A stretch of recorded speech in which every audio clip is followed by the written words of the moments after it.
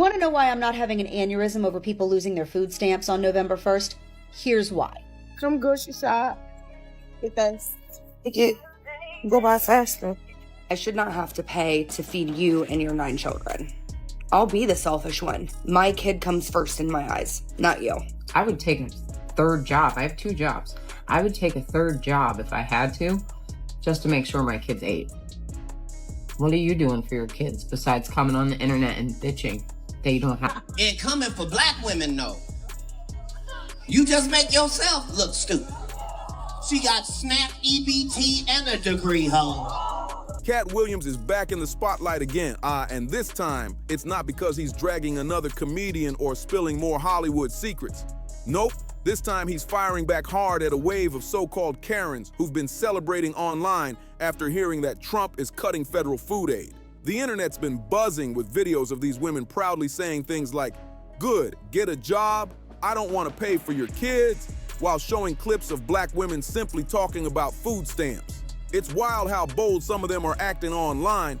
Katt wasn't about to stay silent on this nonsense. He clapped back with that same fiery energy that made him a legend in the first place. He didn't just defend black women, he made sure to call out the double standards that always show up when these so-called Karens start running their mouths. The timing of his response hit hard because social media was already divided over the cuts, and his reaction added more fuel to the conversation. The people are saying this is vintage Katt. Fearless, sharp-tongued, and unapologetically real. I want to see nobody on here complaining about food stamps that was posting beach pictures and new tattoos all summer, okay? Thank you. Fans are praising him for standing up for women who are constantly mocked online just for struggling to survive. Meanwhile, critics are claiming he's just trying to stir up attention again. But either way, he's got everyone talking. Once again, Katt Williams has managed to turn chaos into a moment of truth that nobody can ignore. Here's the real deal that these Karens clearly don't get. They're out here cheering like food stamps only belong to one group, but the truth is completely different. Most people receiving SNAP benefits are actually white, not black. Yeah, let that sink in. These programs aren't just about one community. They keep millions of Americans from going hungry every single day. It's not a lazy people issue, it's a survival issue. Food insecurity doesn't discriminate. It hits every corner of the country, from small towns to big cities. SNAP helps seniors trying to stretch fixed incomes, veterans who've served this country, children who need real meals to grow, people with disabilities who can't work full-time, and working-class families doing everything right but still struggling to pay rent and buy groceries. The system isn't broken because of the poor. It's broken because people keep pretending poverty is a choice. And that's exactly why Katt Williams is snapping right now. He's not just mad, he's calling out the hypocrisy behind the hate.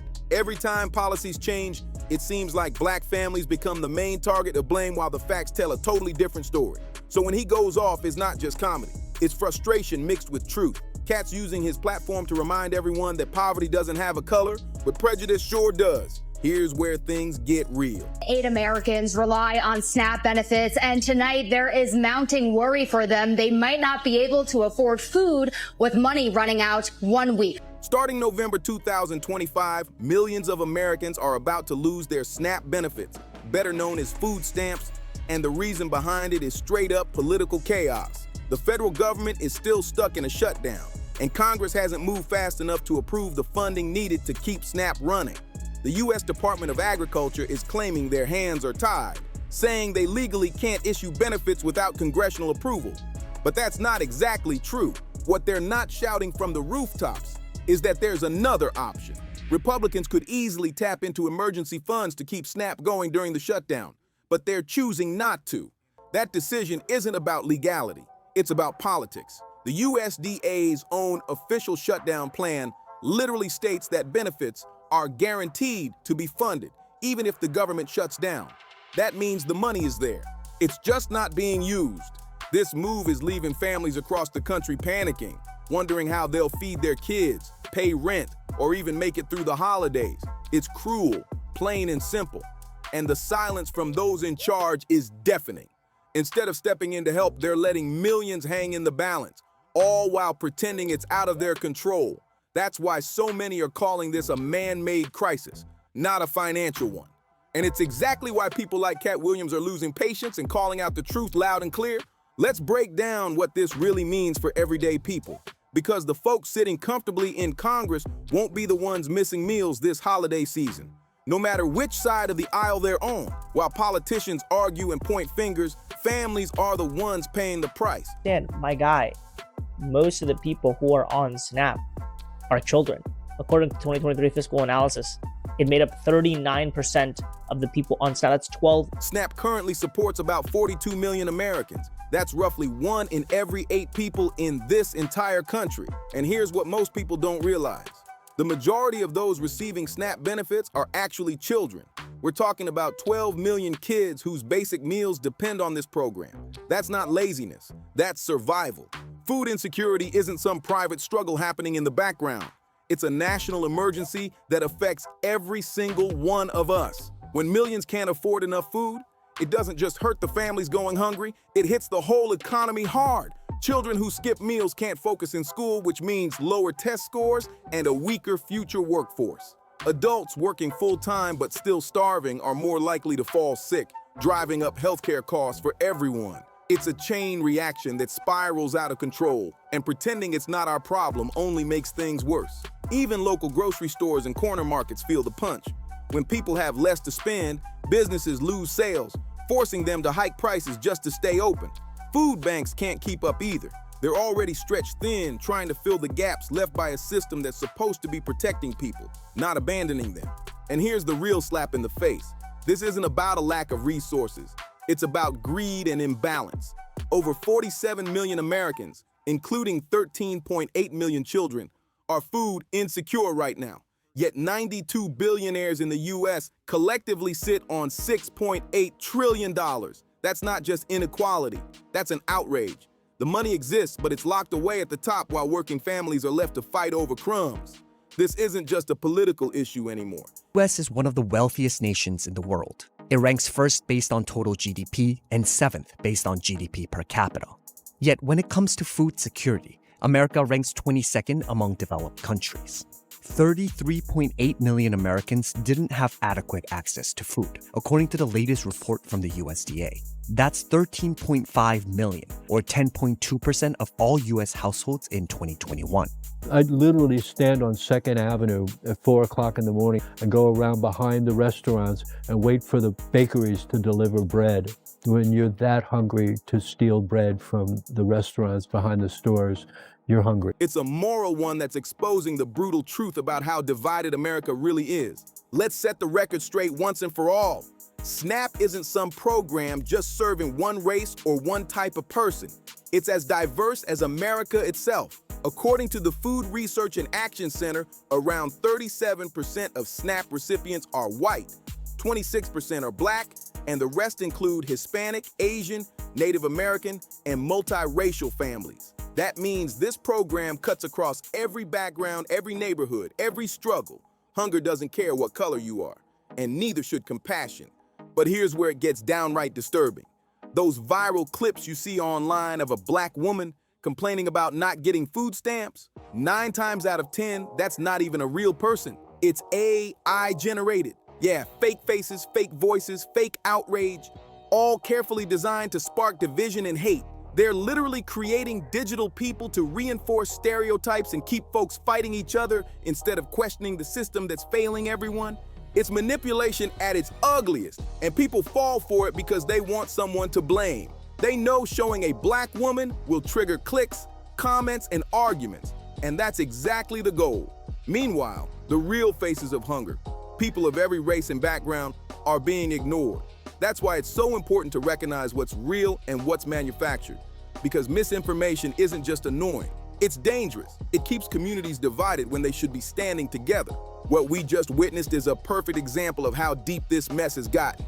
That viral clip going around, totally AI generated. And it's just one out of millions of fake videos flooding social media right now. No wonder the online energy feels so toxic these days. It's like every time one of these fake clips drops, it reignites tension and sparks chaos all over again. What did you do with October's food stamp money? What'd you do? Did you stock up on pantry items and try to shop smartly? Or did you just go buy a bunch of processed garbage? By the way, You can thank the Democrats for the government being shut down and your benefits not coming through for November. Looks like you're going to be going to the food pantry for your Thanksgiving meal. I know a lot of food pantries hand out turkeys for Thanksgiving. All the sides and trimmings too. Lots of food pantries. You better figure it out. I'm sick of hearing you complain, honestly. You ever have this as a meal? I'm eating peanut butter and butter on toast. It's absolutely delicious. You should try it. And not for nothing, I saw this woman that said she was getting $1,100 a month in food stamps. Do you know how long I could make $1,100? These videos are designed to pit people against each other, and sadly, it's working.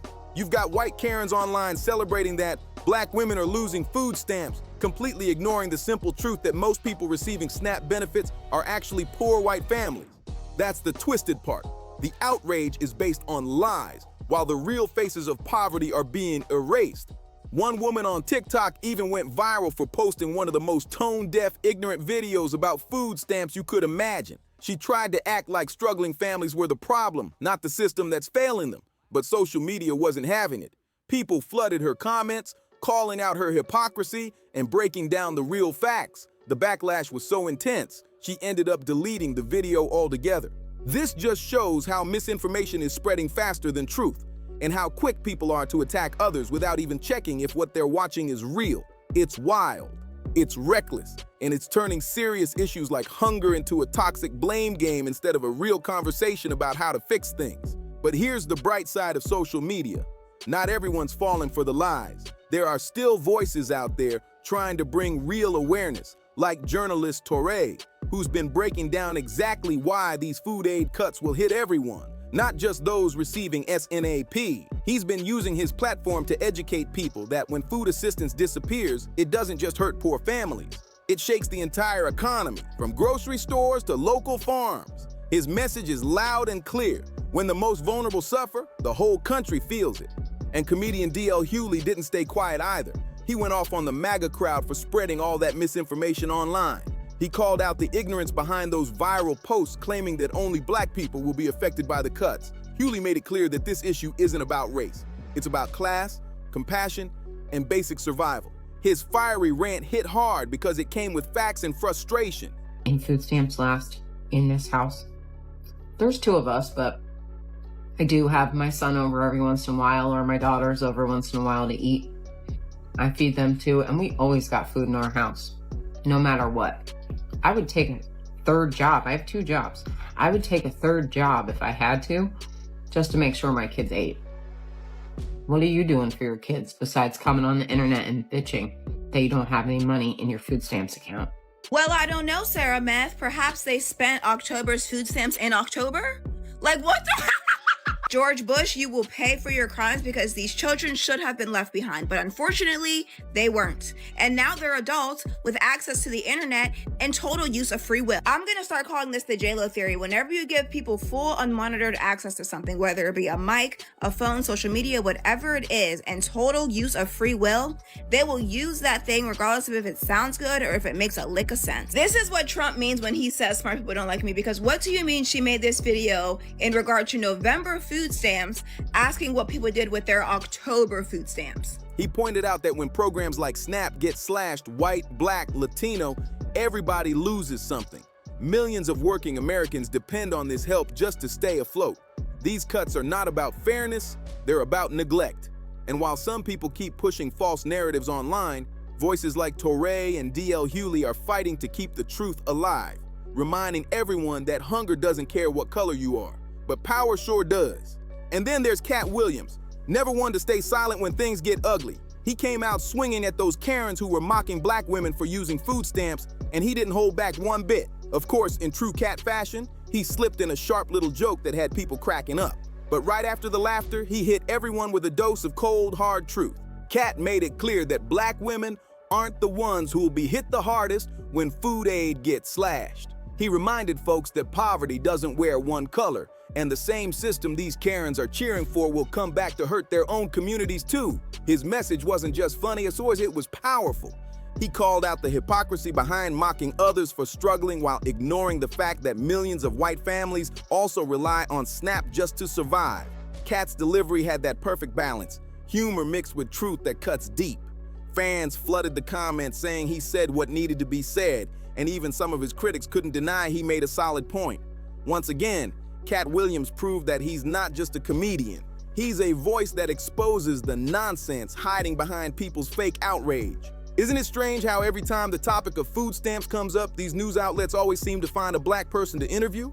It's almost like it's done on purpose. The conversation around SNAP has turned into another clear example of how racism quietly controls the narrative. It convinces people to see enemies in their neighbors instead of realizing they're all struggling under the same system.